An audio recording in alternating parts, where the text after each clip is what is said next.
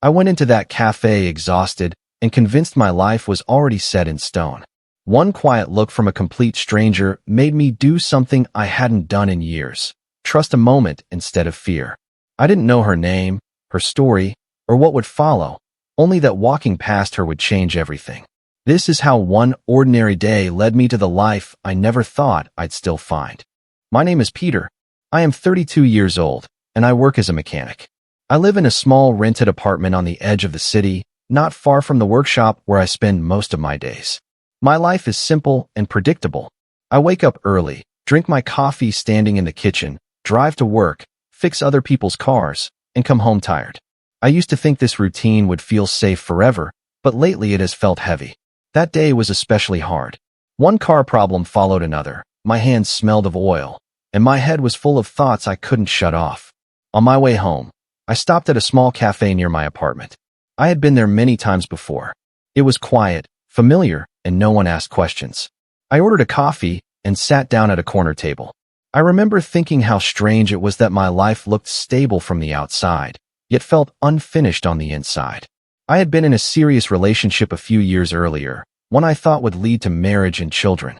When it ended, I didn't fall apart loudly. I just became careful. Too careful. I was looking at my phone when I felt it. Someone was watching me. At first, I thought it was nothing, just my imagination. Then I looked up. She was sitting a few tables away, holding a cup with both hands. She wasn't smiling. She wasn't trying to get attention. She simply looked at me, as if she was thinking the same quiet thoughts I was. When our eyes met, she didn't turn away immediately. Neither did I. Her name, I would later learn, was Ollie. She was 30, a real estate agent. But at that moment she was just a stranger in a cafe, looking tired in a way I recognized. I looked down again, feeling foolish. Men like me don't walk up to strangers. We think too much. We remember past mistakes. But when I looked up a second time, she was still there, and the look hadn't disappeared. I stood up before my fear could stop me. I walked over slowly and asked, "Hi. I hope this isn't strange, but may I sit with you?" She looked surprised. Not uncomfortable, just caught off guard. For a moment, I thought she would say no, and I was ready to apologize and walk away. Then she nodded. "Yes," she said quietly. "You can." I sat down, feeling my heart beat harder than it had in years. For a few seconds, neither of us spoke. The silence wasn't awkward, just careful. "I'm Peter," I said. I didn't mean to interrupt. I just felt like I should say something. "I'm Ollie," she replied. I was thinking the same thing. That small sentence broke something open between us. We talked about simple things at first. The cafe, the weather, the neighborhood. I told her I was a mechanic and worked nearby. She told me she sold apartments and houses and spent most of her days talking to people who were never satisfied. "You get tired of temporary things," she said, looking into her cup. I understood exactly what she meant. I told her I wasn't very good at meeting people anymore. That life had made me cautious. She listened without interrupting, without judging. The conversation moved slowly, naturally. There were pauses, but they felt honest. At some point, I realized I wasn't checking my phone. I wasn't thinking about work. I was fully there. When I said I was looking for something real, not perfect, not exciting for a week, but solid for years, she didn't laugh. She didn't change the subject. "That's rare," she said. "Most people don't know what they want." "I know what I want," I answered. "I just haven't found it yet." She looked at me in a way that made my chest feel tight. Not from romance, but from recognition. We stayed longer than either of us planned. When we finally stood up to leave, it felt strange to walk toward the door together, like we had already known each other longer than an hour. Outside, the evening air was cool. We stood there for a moment, unsure how to end something that didn't feel finished. "I'm glad you sat down," she said. "So am I," I replied. We didn't make promises. We didn't touch. We simply exchanged numbers and walked in opposite directions, both of us turning back once, just to make sure the other was real. I went home that night tired, but lighter. For the first time in a long while, the future didn't feel empty. It felt open. I didn't sleep well that night. Not because something dramatic had happened, but because something quiet had. The kind of quiet that stays in your chest and doesn't let you rest. I kept replaying the cafe in my head. The way Ollie looked at me without curiosity or caution, just presence. By morning, I knew I wanted to see her again, but I didn't want to rush it. I waited until the afternoon before sending a message. I wrote and erased it twice before finally pressing send. I asked how her day was going and said I enjoyed talking to her. Nothing clever. Nothing exaggerated. Just honest. She replied an hour later. She said her day was busy and stressful, but she smiled when she saw my message. That sentence alone stayed with me longer than it should have. We agreed to meet again 2 days later, in the same cafe. It felt safer that way, like returning to the place where something good had already started. When I arrived, she was already there. This time, she looked less tired, but more thoughtful. We greeted each other like people who didn't know the rules yet. Not strangers anymore, but not close either. We ordered coffee and sat down. There was no awkwardness, just a careful attention, like both of us understood that first impressions were over and reality was about to begin. She asked me more about my work. I told her how long I had been a mechanic, how I started young, how I liked fixing things because problems made sense there. Cars didn't lie. They either worked or they didn't. She laughed softly and said people were more complicated. I asked her why she chose real estate. She said she liked homes more than houses. She liked the idea of helping someone start a new chapter, even if her own life sometimes felt like it was standing still. At some point, the conversation slowed, and she looked at me more seriously. "Can I ask you something direct?" she said. I nodded. "Why did you really come sit with me that day?" I didn't answer right away. Not because I didn't know, but because I wanted to say it right. "Because I felt something I don't usually feel," I said. "And because I've learned that ignoring that feeling only leads to regret." She looked at me for a long moment, then nodded slowly. "I'm not looking for something casual," she said. "I don't have time for that anymore." "Neither do I answered. That was the moment the conversation changed. Not dramatically, but clearly. She told me she had dated men who talked a lot, but showed little. Men who liked the idea of commitment, but disappeared when it became real. She said she wanted children someday, but only with someone who understood responsibility, not just romance. I listened carefully. I didn't interrupt. I didn't try to impress her. I told her about my past relationship, about how I thought I was building a future and suddenly found myself alone. I said I wasn't angry anymore, but I was careful now. That I wanted a family, but only if it was built on trust and effort, not promises. She didn't react emotionally. She reacted thoughtfully. That mattered to me more. We talked for a long time, longer than planned. About work, about expectations, about how difficult it was to meet someone who wanted the same simple things. Not luxury, not excitement, just stability and warmth. When we finally stood up to leave, the evening felt different than last time. Heavier, but also clearer. Outside the cafe, she hesitated. "I like that you don't rush," she said. "But you also don't hide." I smiled. "I'm tired of hiding." She looked at me, then nodded once. "Me too." We walked together for a few minutes before our paths separated. There was no physical closeness, no dramatic goodbye, just a shared understanding that something honest was forming. When I got home, I realized I wasn't afraid. I wasn't excited in a careless way either. I felt grounded. For the first time in a long time, meeting someone didn't feel like starting over. It felt like continuing something I had been preparing for all along. The first weeks after that second meeting were quiet but steady. We didn't rush into anything. There were no dramatic messages, no late-night confessions, no promises that sounded bigger than they were. Instead, there were short calls after work, a few messages during the day, and plans that actually happened. Still, real life doesn't pause just because something new begins. My work schedule became heavier. A coworker got sick, and I had to take extra shifts. Some days I left home before sunrise and came back when the streets were already dark. By the time I got home, my body was tired and my mind was empty in the worst way. Ollie's life wasn't easier. The housing market was tense. Clients canceled meetings at the last minute. Deals fell apart after weeks of work, and pressure followed her home. Sometimes she answered my messages late, sometimes not at all until the next day. At first, we both tried to pretend it didn't bother us. Then small misunderstandings appeared. One evening, we planned to meet after work. I finished later than expected. My hands were dirty, my clothes smelled like oil, and I knew I wouldn't make it on time. I hesitated before calling her, not because I didn't care, but because I was tired of apologizing for my job. When I finally called, she sounded calm, but distant. "I'm already here," she said. "I can wait a little." "I don't want you waiting alone," I replied. "I might be longer than planned." There was a pause. "Just tell me the truth next time," she said. That's all I need. I got there almost an hour late. She was still sitting there, reading something on her phone. When she looked up, she didn't smile right away. I should have canceled earlier, I said. I didn't want to disappoint you. She looked at me carefully. Disappointment comes from silence, she said. Not from honesty. That stayed with me. We didn't argue. We talked. I told her how unpredictable my work was and how much it mattered to me to do it well. She told me how often people in her life made plans and disappeared when it became inconvenient. I don't need perfection, she said. I need consistency. I nodded. That's something I can give.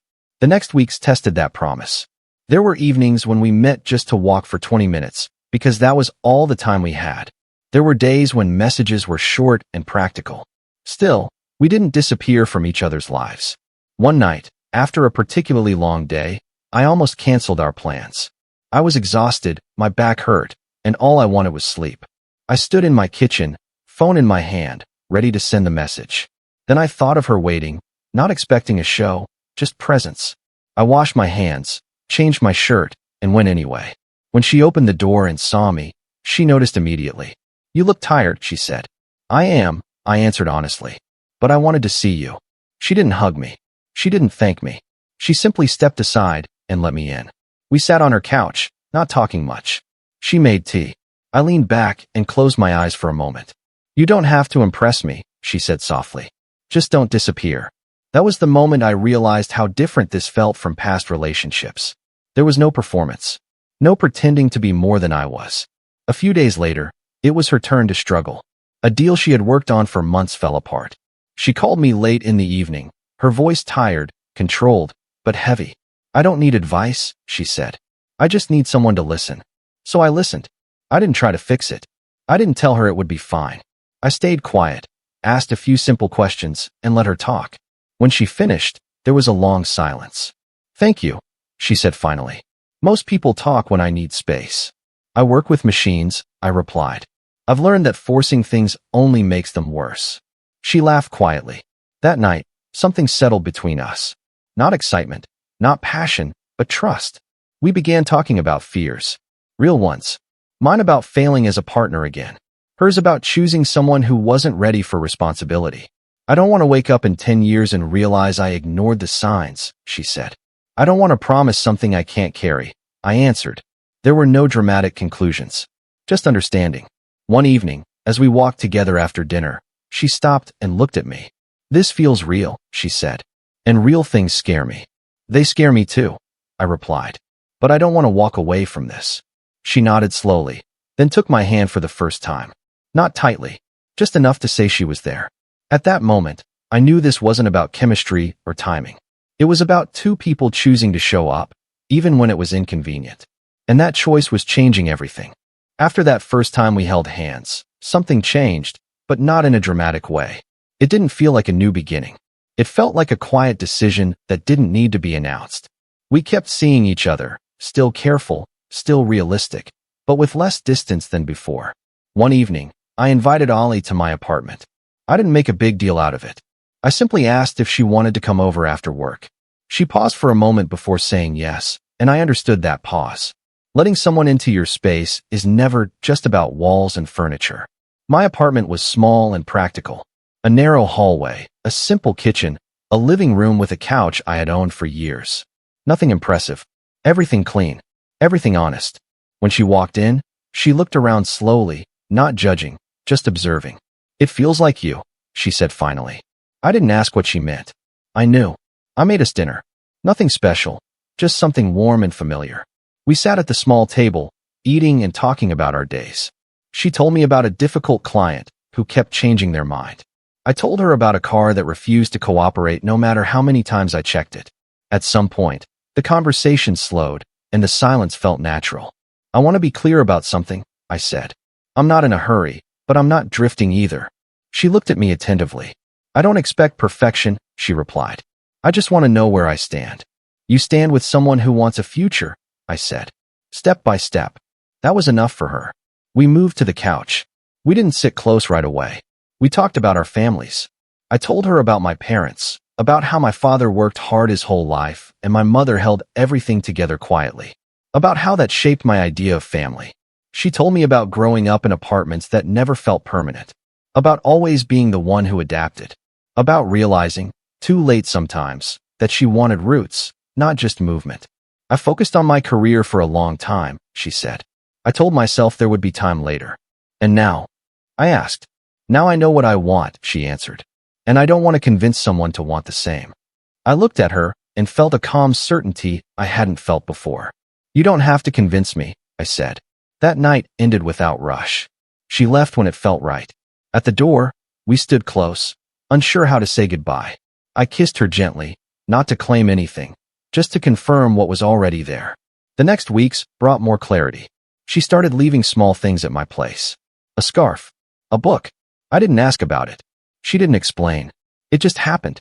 I noticed myself making space for her, not only in my apartment, but in my routine. One Saturday, I helped her with something simple at her place. A door that wouldn't close properly. A loose handle. I fixed it without thinking, without making it a gesture. When I finished, she watched me quietly. You do things without announcing them, she said. That's how I was raised, I replied. She smiled, but her eyes were serious. That evening, we talked about the future more openly than before.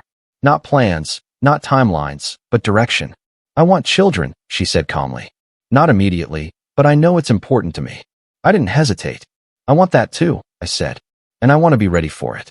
Emotionally, financially, in every way that matters. She didn't react with excitement. She reacted with relief. That's all I needed to hear, she said. There were still doubts. There were still moments of silence when words felt too heavy.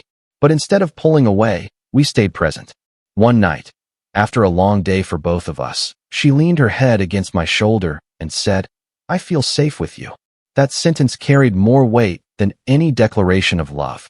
I don't want to lose myself again, she added quietly. You won't, I answered. Not with me. I meant it, not as a promise, but as a commitment to awareness. As weeks passed, the idea of us became less fragile. We weren't perfect. We disagreed sometimes. We needed space sometimes. But we returned to each other without drama. I realized I wasn't trying to impress her anymore. I was simply being myself. And she wasn't asking for more. One evening, as we walked through the city, she stopped and looked at me. I think I'm choosing you, she said.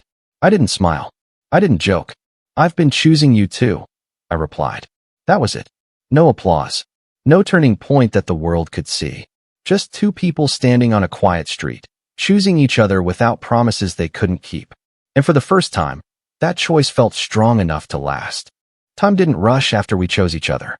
It moved steadily, the way real life does when nothing needs to be proven anymore. Weeks turned into months, and our relationship didn't grow louder, it grew deeper. We started sharing ordinary days. Grocery shopping after work. Quiet dinners when neither of us had energy to talk much. Weekend mornings that didn't feel empty anymore. There was comfort in knowing someone would be there without asking for explanations. I noticed changes in myself first. I stopped staying late at the workshop just to avoid going home. I started planning my days instead of letting them control me. I fixed things in my apartment not because something was broken, but because I wanted the place to feel ready for more than one person. Ollie noticed too. You're different, she said one evening while watching me cook. More present. I finally know where I'm going, I replied. Her work stabilized. She learned to say no to clients who drained her without respect. I supported her when deals failed and celebrated quietly when they succeeded. We didn't compete. We didn't measure effort. We simply showed up. One night, sitting together after a long day, she asked me something she hadn't asked before. Do you ever worry this is too calm? She said. That it's missing something? I thought about it. I used to think love had to feel like tension, I said. Now I think it should feel like support. She leaned into me, and I felt her breathe out slowly, like she had been holding something inside for a long time. We talked more openly about the future, not as an idea, but as something real. I told her I had started saving seriously, that I was thinking about a bigger place, that I wanted to be the kind of man who didn't panic when responsibility came closer. She told me she was ready to slow down professionally when the time came, that she didn't see children as a loss of freedom, but as a new kind of purpose. There was no fear in those conversations, only clarity. One evening, months after we met, we found ourselves back at the same cafe, the same corner table, the same quiet atmosphere. It felt different now, familiar. Do you remember that day? She asked. I remember thinking I might regret standing up, I said. And instead, she smiled. Instead, I found you. She looked at me for a long moment, then nodded. I think that moment changed both of our lives, she said. I reached into my jacket pocket, not dramatically, not on one knee, not with an audience. I simply took out a small box and placed it on the table between us. Her eyes widened, but she didn't speak. I'm not asking you to rush, I said calmly. I'm asking you if you want to keep building this with me. As a family, as a team. She opened the box slowly. Inside was a simple ring. Nothing flashy. Nothing symbolic beyond intention. She didn't cry. She didn't laugh. She took a deep breath and looked at me with complete certainty. Yes, she said. I do. We didn't stay long after that. We walked home together, hand in hand, in comfortable silence. It felt settled, like a decision that had already been made long before the words were spoken. Months later, we moved into a new apartment together. Bigger, brighter, a place we chose jointly. We argued about paint colors and laughed about furniture choices. Ordinary things that felt meaningful because they were shared. Life didn't become perfect. Work was still work. Days were still tiring. But nothing felt lonely anymore. One morning, Ollie stood in the doorway holding a small piece of paper, her hands slightly shaking. I think we need to talk, she said softly. I knew immediately. She showed me the test. Positive. I didn't speak right away. I walked toward her, held her face gently, and rested my forehead against hers. We'll be good parents, I said. I promise to be present. Every day. She smiled, tears finally appearing. That's all I ever wanted, she said. Now, when I look back at that first glance in the cafe, it feels unreal how something so small could lead to this life. A life with plans, with stability, with love that doesn't demand proof. We started as strangers. We chose honesty. We chose patience. And in the end, we chose family. This is how our story ended. Together.